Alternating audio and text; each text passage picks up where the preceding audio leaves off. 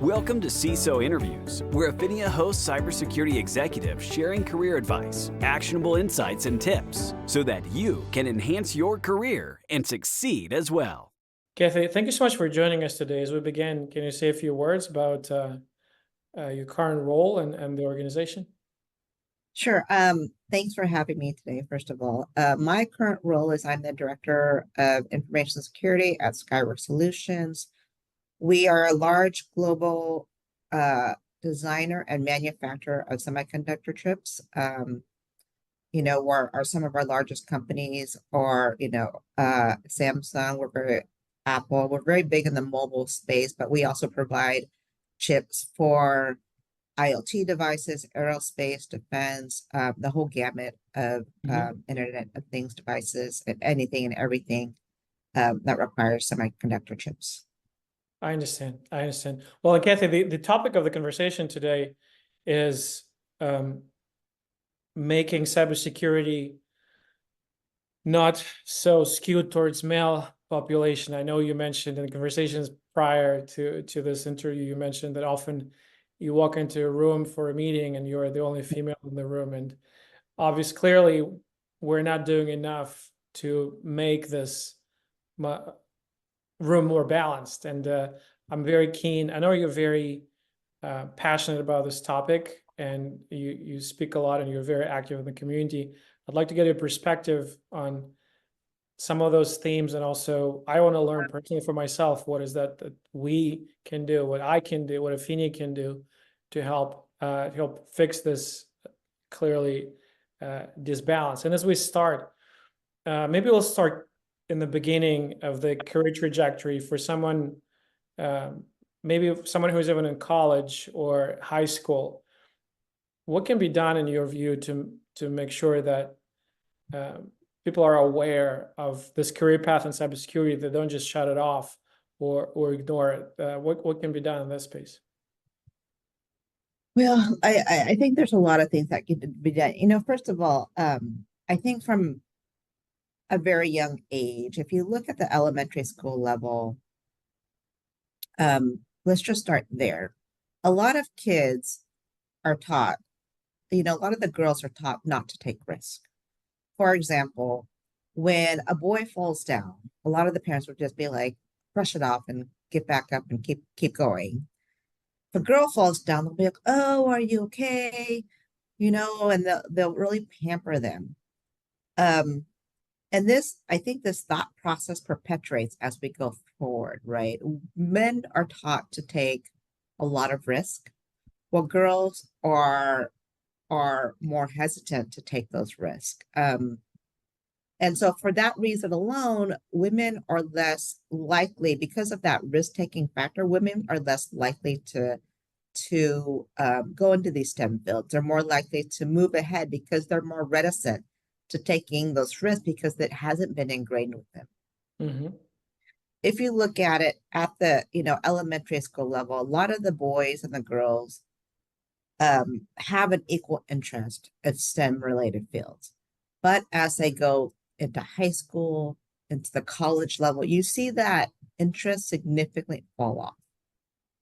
And it's because men and boys are more geared toward, they're considered more analytical. And so they're a lot geared more toward STEM-related fields, where girls are technically thought of more artsy, more liberal. And so they're more geared toward other fields that may not be as technical. And it's something that's been ingrained, from the time they're young. Women are exposed to things that are more in line with the feminine side, whereas boys are not.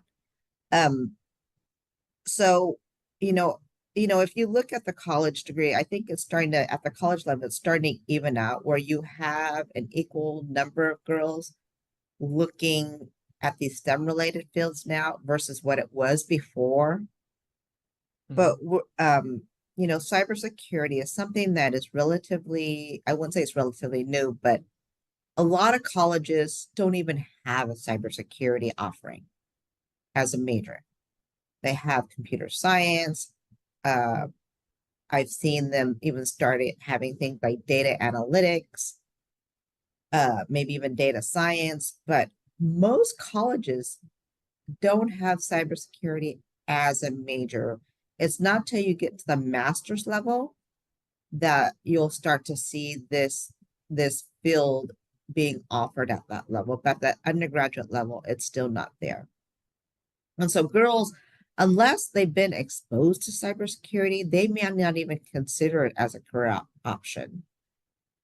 So, for example, my daughter is a computer science major at UCI.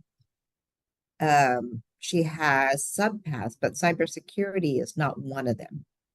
And so I think a lot of these colleges need to step up and offer this as a major, starting at the undergraduate level.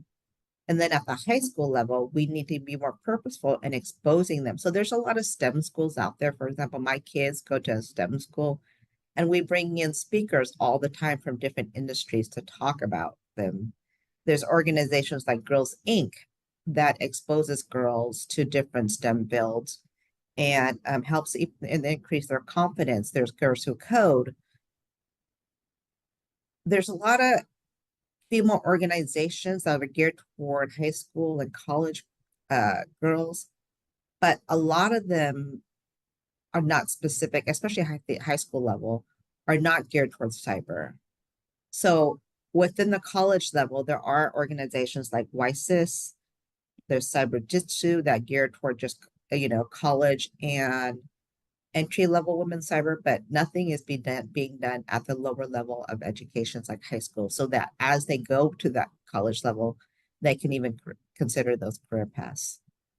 And do you think some of those deficiencies can be addressed by creating those programs and creating those associations that educate not just kids, probably parents as well, at the K level and further up? Because you mentioned some of those issues are caused by some of the stereotypes that I'm sure probably deeply ingrained about risk taking. It's probably not something that if it's something that kind of evolved over a very long time, it's not something we can probably fix in the course of a short interview. I'm just wondering, and you're absolutely right, because I know from talking to my friends, and it seems that men, when they apply for jobs, if there's a 50% fit, if it's a 50% stretch goal, meaning they're very interested in the job, they're interested in the company, they're interested in the opportunity, but they only fit 50%, they only match 50%, they would apply because they think, well, if they get picked, if they get selected, they'll learn on the job the remaining 50%, and they will, quote unquote, winning. They'll take the risk. If the organization will take the risk on them, they'll take the risk. They'll learn on the job. They will grow into this role. While women are, and I'm not generalizing. I just heard this from my wife. It took her a lot of work to reverse that, so that she would start applying for jobs where she was 75% fit. Because in the past, she would apply for jobs that she would be 120%, she'll be almost overqualified. So it's a very deeply ingrained concept. And I'm wondering, in addition to some of the groups that you mentioned, is there anything else? Is it, are we maybe lacking education of parents, so they would make those paths available, or make their kids aware that those paths are available? Because I think if someone who's in college, they're probably making decisions by themselves, but someone who's in pre-K, I'm sure they pick extracurricular and groups and activities that are, at least to a certain extent, are selected by parents. So I guess pretty low question. So to unpack this, is there any, in addition to talking to kids, is there anything that can be done with adults to make sure that they are more proactive in creating STEM topics available to their daughters? And also, what is actionable in terms of knowing the construct, knowing the risk aversion, knowing the this drop off in interest, boys versus girls? What can be done on a kind of a company level or in a personal level to help fix that? honestly, I think it starts from the time they're young, right? A lot of it comes from the parents, right? The parents, usually when the girls are young, you put them in ballet, you put them in art, you put them in piano, and the boys go through sports where they're learned to take these risks, and boys are put into maybe speech and debate or gaming or other types of activities that involve more risk taking than the type of activities that girls are put in. There's the CEO of Spank, Sarah Blakely. She said one of her turning points was that really resonated her was when she was young, and she would come home every day and her dad would ask her, "What did you fail at today?" Mm. And if she didn't fail at anything that day, it meant that she didn't take any risks that day. And so that was seen as a bad thing. And so it really ingrained into her the thought that she needs to take risks in order to be successful, because you only fail if you never try. And so that because of that, she was able to take all these risks, start up these companies, and really end up with a very successful company in the end. And so I think that risk-taking aspect needs to start from an early age. And not just that, but exposing girls to all sorts of activities that you wouldn't think of just for boys, whether it's, big developing interest in superheroes, or whether it's, doing gaming, or whatever it is that's typically for boys. Just expose them to all sorts of things and encourage the risk-taking at the young age. Teach them technical things and let them figure out what they would like, and rather than limiting things to that are just typically for girls. I think that's hugely important in developing that mindset later on, because then by doing that, you're teaching the girl that, hey, I'm just as good as boy. And by exposing to all the things, and maybe it's flag football, maybe it could be other sports that girls typically aren't at. By doing that, you're saying, hey, I'm just as good as any boy and I can do whatever they can. And there are no limitations to what I can do. It makes a lot of sense. Makes a lot of sense because it's those things that parents do in their view in good faith, so to speak.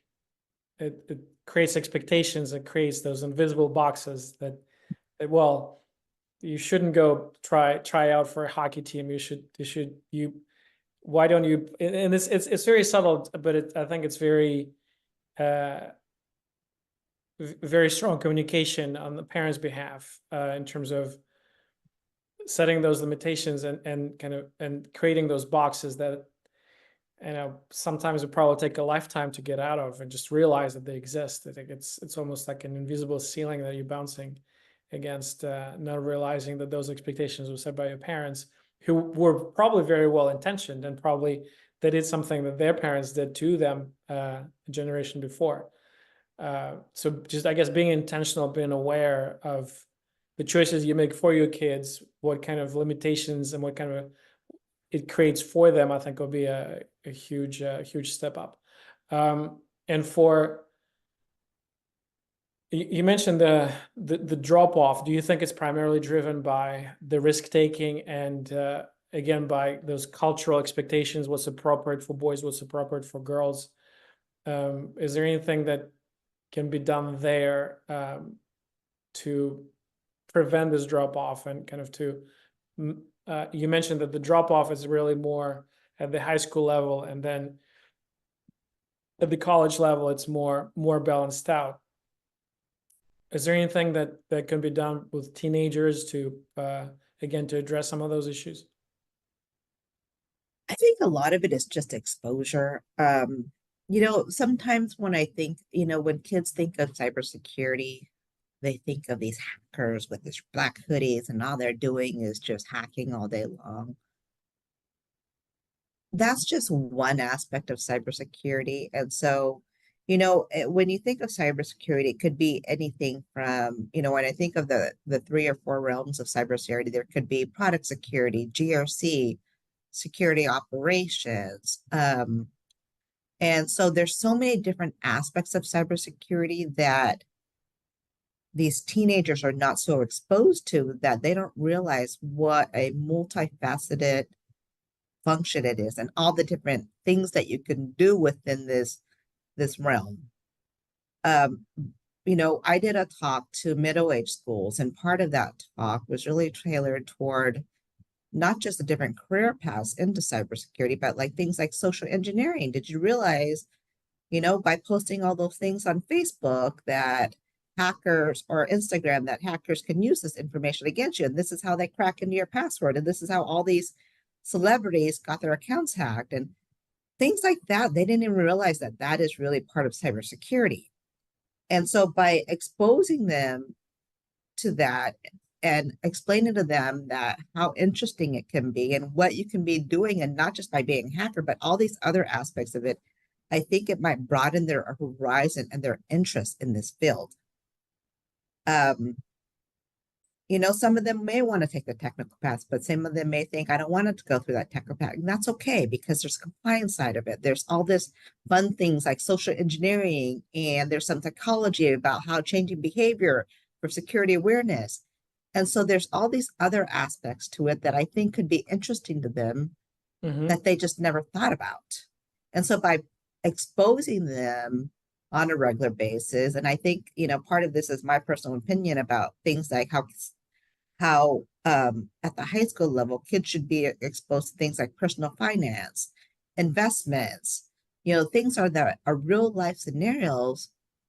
They should also at the same time be exposed to different career paths and what those career paths actually mean. And so as part of this, maybe we bring in a speaker from cybersecurity and go through a day in a life and what the different aspects of it could be, so that they can get that exposure early on. So when they get to the college level, they're like, oh yes, this is something I might want to do.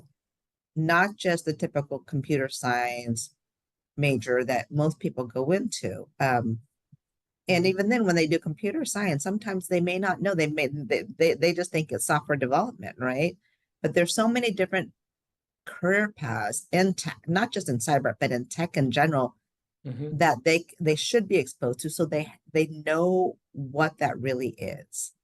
So I think bringing that in a little bit earlier at the high school level could be very valuable. And organizations like Girls Inc., Girls Who Code, and some of these other organizations that really cater toward high school kids could help with that by reaching out as a community, joint high school community effort, to bring that exposure. It sounds like clearly kind of more information, more education is needed on this topic, but also probably role models. I think, kids channel their parents to an extent, whether they admit to it or not, or someone who they admire. So putting someone in front of them who they would admire enough to listen to their life story and to learn, I think would go a long way, because to your point, otherwise they would probably not even know that this career path exists. Or maybe they do know that it exists, they just don't realize how interesting and how compelling it could be for them. Yeah, and I think a lot of it too, sometimes, a lot of the parents, when you look at high-paying jobs, a lot of the kids are geared toward, being doctors, lawyers, pharmacists, whatever, something in the medical field. But being in IT and tech could be just as lucrative as any of those other professional degrees without the added expense of the higher education, which is, the medical schools, the dental schools. These kids comes out with hundreds of thousands of dollars in debt, and in the end, some of these professions pay just as much as you would in a cyber profession or any of the tech professions. For sure. I mean, I think medical school, it takes so much longer, the residency and whatnot, to get a degree and to get to a point where you're actually earning something to pay off all those debts. It makes perfect sense. This episode is brought to you by Athenia, a community where 2,000 CISOs and other senior executives network, learn, and succeed together. To apply for your complimentary membership, please visit www.athenia.com or click the link in the show notes. Now, back to the show. Kathy, switching gears a little bit. So we've addressed some of the early stages, but for someone who has a college degree and just starting in the cybersecurity, it's a big, fast moving world. So many different paths to consider, so many different ways to spend your time. What would be your advice for females who are just starting in this career path, maybe some of the junior positions? What can they do now to set them up for success from the career perspective? I think if you're just starting in cyber, number one, people always say there is no entry level in cyber because most of the people that I know in cyber have sidestepped their way and where they worked a couple of years and they moved in there. The only people that come directly into cyber that I've seen are people who worked as interns before. And so have that at least a little bit of a leg up from those who have zero experience. But I think if you're just starting out, I think a lot of these certifications come a long way toward helping them get a foot in the industry. Things like getting your CISSP, your CISM, your CISA, CRIS, right? If you look at any of the job descriptions, most of them would ask for any one of these, depending on what the focus of this cyber position is. But it's a double-edged sword because, for example, the CISSP, you need at least 4 or 5 years experience before you can even gain that certification. Yeah. But it always helps to show that at least you've taken the test and you've passed it. And then while you're working, you can gain that experience and eventually get that certification. The other thing is to get involved in a lot of these organizations that are out there. There's WISIS, there's Cyberjitsu, ISACA, ISSA, CSA. Any one of these organizations will provide you with a lot of the exposure that you need to get a job today, give you kind of a flavor of what it is to, that cyber professionals deal in, whether you're a cloud security architect or whether you're a SOC analyst or whether you're a GRC professional. And the other benefit of these organizations is you start to develop by, volunteering and working with these organizations. You meet some people in the industry.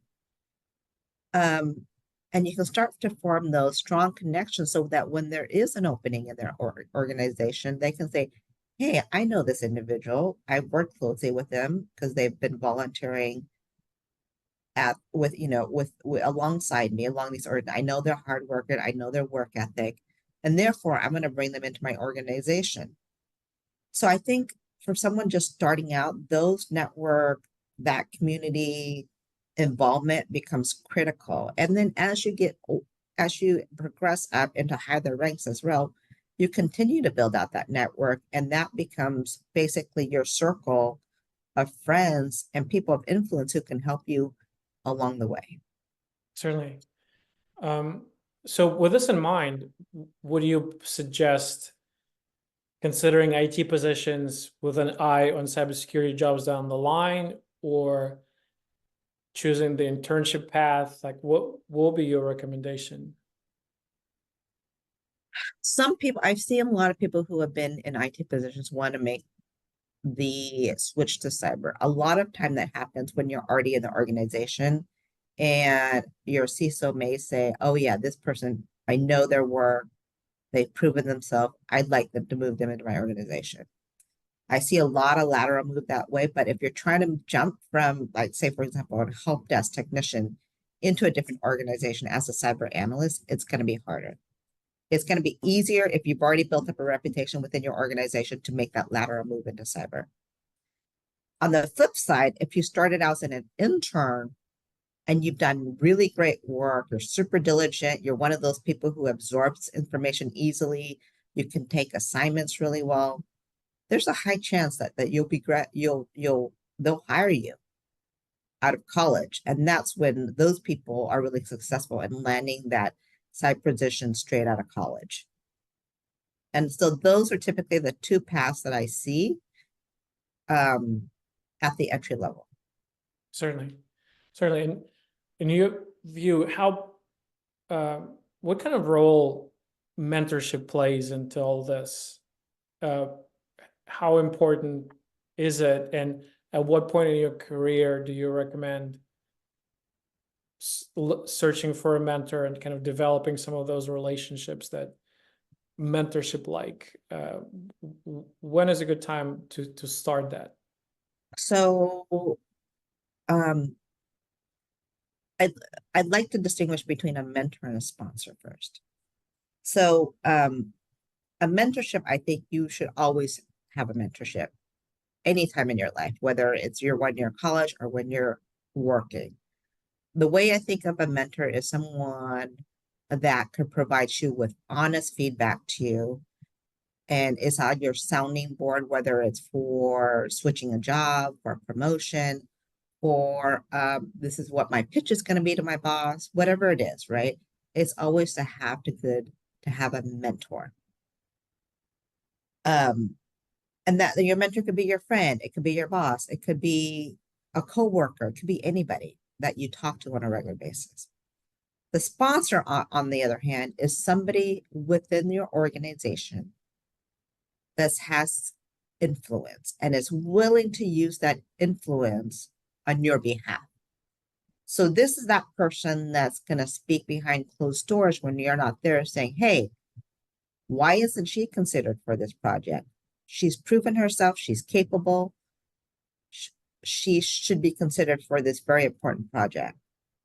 When it comes for promotion, why aren't you considering her? She's done great work. She's brought in all these process efficiencies. She's reduced her costs, right? They're going to speak for you and on behalf of you to get you to that next level. And so having a sponsor within your organization is really critical to get you promoted, to get you those important jobs that you really want. While a mentor could be anybody in your community that you go to for advice on whether, what do you think about this software? Or what do you think about this? So someone that you can go to for regular advice and feedback. And I think it's a very nuanced and important point, the difference between a sponsor and a mentor, because it feels like mentor is someone who deeply cares about you and can provide advice and can be that sounding board that you mentioned. But a sponsor is someone within the organization with political clout who is ready to use that political capital to further your career goals, Correct. which I think is a lot of people kind of conflate, or they don't understand the difference and the importance of these two roles that are likely two different people. I wonder what's your perspective on who that sponsor might be, because I think naturally you ideally want your boss to be that sponsor who is furthering your career goals, who is speaking positively on your behalf, who's pushing you up and nominating you for interesting projects. What is your take? Because I would imagine that if that sponsor is someone who is further up the chain, or your boss's boss, or a person in another function, that may create some quite not necessarily questions, but there'll be some potentially friction with your boss who may feel insecure that you are going over her or his head. To have those conversations, how do you suggest to navigate those things that may be a little more of a within kind of corporate politics realm to further your goals, but not necessarily kind of spoil relationships with your immediate boss? So, I mean, it would be ideal if your sponsor was your boss, but it doesn't necessarily have to be the case, right? It could be someone on the business side that you've worked very close with, and your boss knows you work with very close with, that you've delivered such great work to them that they've been so impressed with you that they're going to speak up on your behalf. So there's really not a conflict of interest in that saying. It's not like you're going over their head, but it could be an executive that your sponsor has assigned you to work with to get this project completed. And because you've been so on task and you've done such amazing work, that this business executives is like, wow, I love her. I would love to work with her again. And so during those meetings, this business sponsor, this business executive is singing your praises. And so what kind of boss wouldn't be proud of that? Certainly. So it's not that you're going over anyone's head. It's just you're developing those relationships with these people. And again, in order for someone to really be your sponsor, you have to make, you know, you may have to make sure that you deliver what you promised, right? Because if you don't deliver, you're going to have a hard time finding that sponsor to speak on your behalf. Certainly, certainly.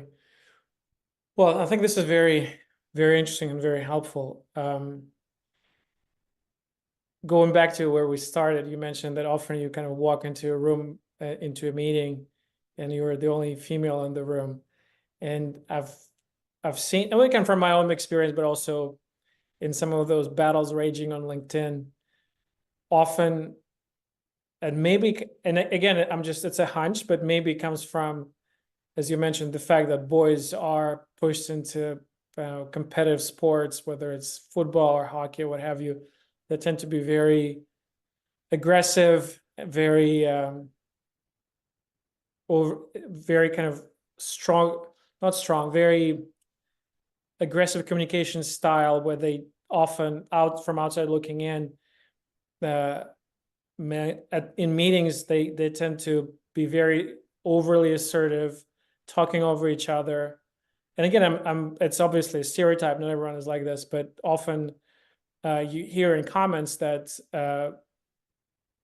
women find that in meetings they're being talked over and they don't get to put their word edgewise, and it becomes really frustrating, and men don't even notice that something is amiss, and they think that women are too subtle and they're not voicing their concerns or their questions strongly enough. And again, I'm an outsider looking in. That's why I'm asking for your perspective and for your advice.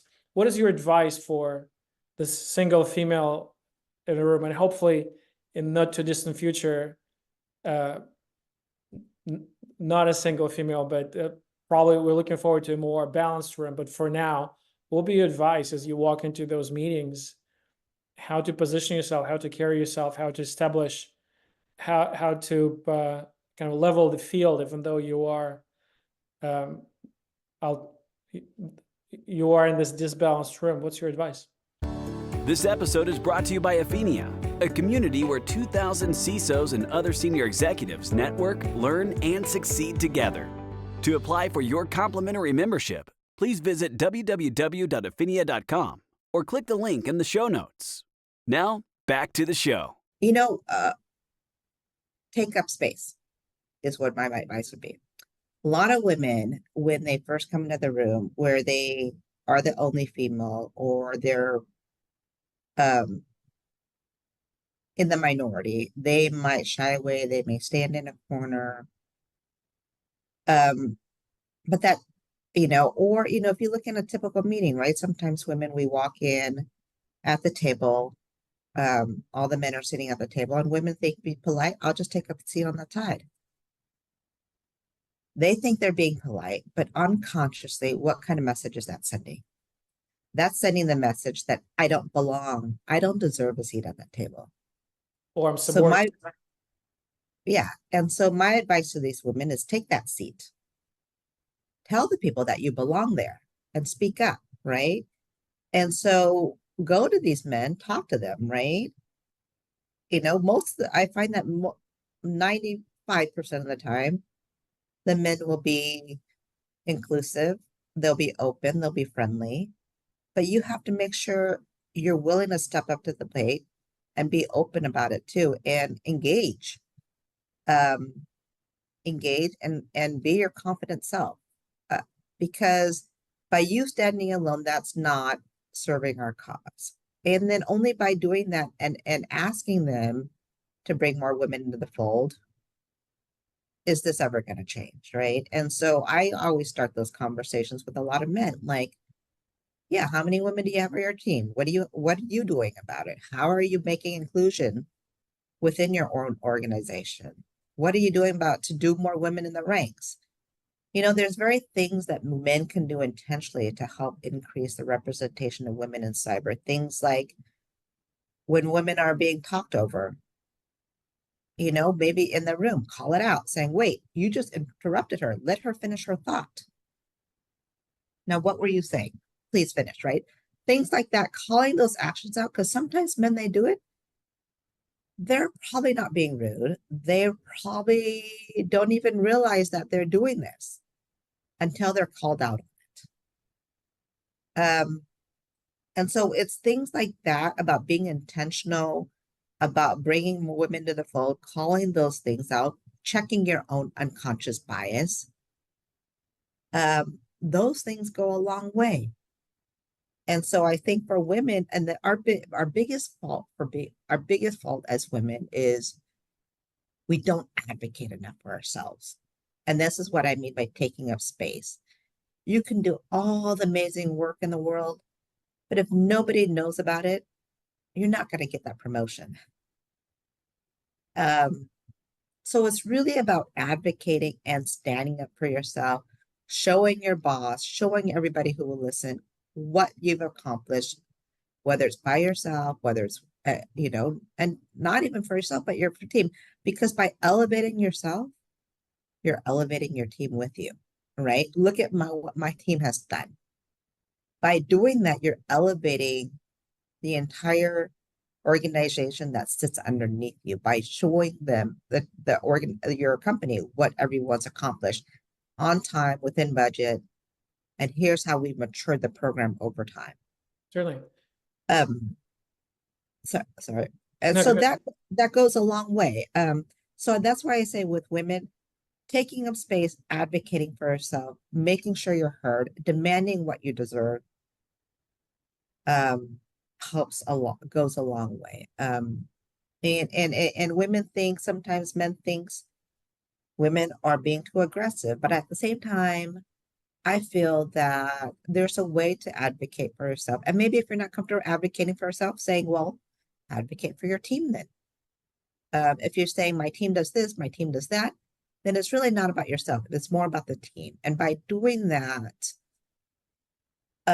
you know, it helps you get promoted. It helps you get noticed. It helps your team get noticed.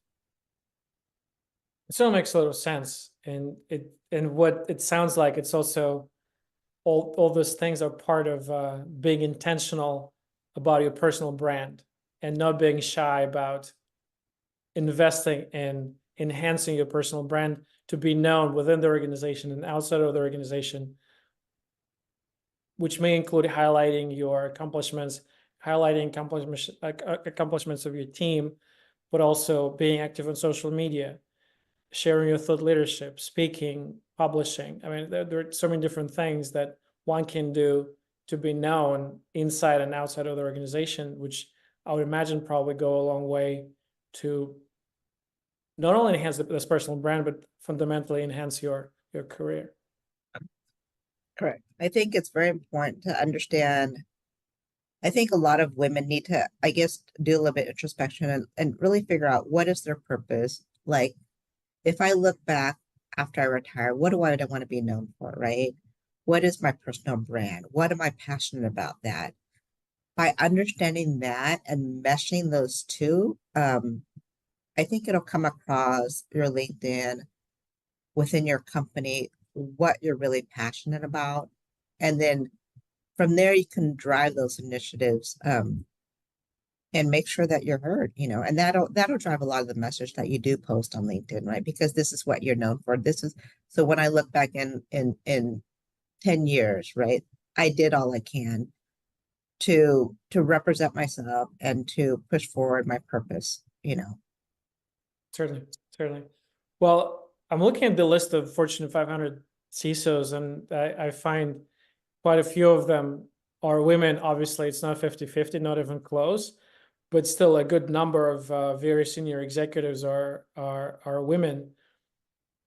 For someone who is at the peak of the career, what do you think they can do to further the cause? I think this, you know, when they're getting toward the peak of their career, this becomes more important about giving back. And so this is where that sponsorship comes in, mentoring other women, basically bringing up the next leader, next succession of leaders. Once you've made it, it's very important. I believe it's very important to give back to the community and do what you can to help other rise the ranks as well. Whether it's having one-on-one sessions with mentors, whether it's getting involved in these organizations, or making sure within your own company that you have diversity across your leadership team. There's so much that you can do as a leader because now you have the power and you have the power to enact change. And that's where it really starts from the top. And that's why I think a lot of time representation matters so much. Because when if you look, look across the industry, how many minority female leaders, CISOs are there? There's not a lot. And so, but the more you see up there as these women, whether you're in college or middle school or, just starting out, the more you see someone like up there, you're going to be like, oh, she did it. I can do it too. And so I think once you get to that top level, that's when it becomes really important to start doing these things to give back, get more involved in the community, and do what you can to help other women rise the ranks. Well, certainly, because not only you have your own story, you can share your advice, but you also have resources, right? So you have resources both in terms of time, knowledge, wisdom, but also the resources of the organization that you can leverage, at least to an extent, to enact this change that you mentioned. Yeah, definitely. I mean, even like when you're interviewing, like look at the candidate pool and say, I don't want to look at it unless I have a mixed blend of women and female and diversity in my pool set. And from then I will make that decision. But you have to be very intentional about what you're doing. And when you're considering candidates, like give me a diverse pool set first. And let me choose from that diverse pool set. It makes a lot of sense. Makes a lot of sense. Well, I'm looking at Athenia membership and we have almost 2,000 members. And I think for better or worse, it's representative of the industry, and we have several hundred women as members of Athenia, but certainly it's not nowhere near kind of the 50-50 parity. And clearly Athenia doesn't do enough, and I don't do enough to fix that. You mentioned some of the organizations that work on this issue. What do you think Athenia can do differently, better to help with this imbalance? I think maybe doing partnerships with other female organizations to invite more women into the fold, right? Invite more women into these events. Things like organizations like Executive Women's Forum. That organization really caters toward higher level females within privacy, information security, cybersecurity. But when you look at that organization, they're all full of female executives. There's no reason why Athenia can't partner with an organization like that and say, hey, let's do a joint event. So that, when you bring the CISOs together, you have a nice blend of both female and males. And now you've exposed all these CISOs to very qualified female candidates, or, that they can bring in. And these are high-level females. And so just partnering with the different female organizations out there, whether it's YSIS or Cyber but in this case, EWF would be a perfect organization, again, because it's really tailored toward the higher level executive type women, that I think you would see a much more balanced list of attendees if you did joint events with them. I think it's a great idea. And EWF, are they primarily executives in cybersecurity, or they're not kind of focused solely on cyber? It's not just cyber, so they could be in privacy, it could be information security, it could be compliance, but it's mainly geared toward people in information security. So, but it could be, like I said, sometimes they it could be privacy or cyber or SOC or any of those realms within the different cyber functions. Certainly. Actually, I think I met someone from EWF at RSA. I'll definitely reach back and see if we can do something, because we are starting to lean more into in real life events, and I would love to partner. Yeah, it would be great. And like I said, they really tailor toward elevating women in cyber. I mean, there's different women organizations like C-suite, but it's not specific to STEM. But there's so many female organizations out there that I think it would be a good balance to mix ones that are geared towards CISOs to ones that are geared toward helping women rise the ranks. I think those would be very impactful events. Certainly. Other than that, is there anything else we can do?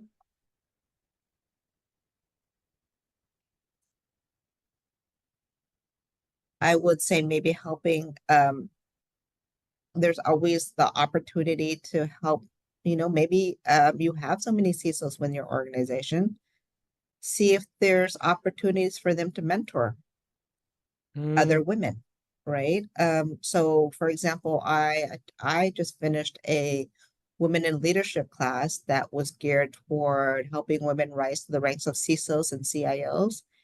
And at the conclusion of that class, you get paired with a CIO for a year who mentors you to try to get you to the next level.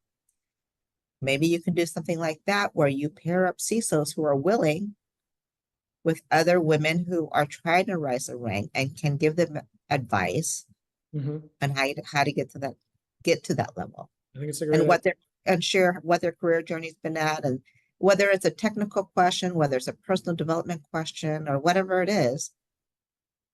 Like I said, mentorship and sponsorship goes a long way, and especially when it comes from a C-level executive. For sure. I think it's a great idea. Well, definitely. Well, you gave me quite a to-do list. There's quite a few things that you sparked my enthusiasm about furthering those two projects. I think those are both excellent ideas. I'll report back on what we're going to do. Kathy, as we wrap up, well, first of all, thank you so much for your time. This was very informative and very interesting, and I think it'll be very well received by our community. Where can people find you? What's the best way to connect? You can always find me on LinkedIn, Kathy Lay. Just look me up and I'll be happy to connect. Sounds good. And obviously, if you're a woman, I'm more than happy to connect and help wherever I can to elevate you within your organization or whatever advice I can provide. I'd love to. Certainly. Kathy, thank you so much. Great. Thank you so much. If you liked this episode, please subscribe to this channel and visit Afinia.com for more information about your complimentary membership, or click the link in the show notes.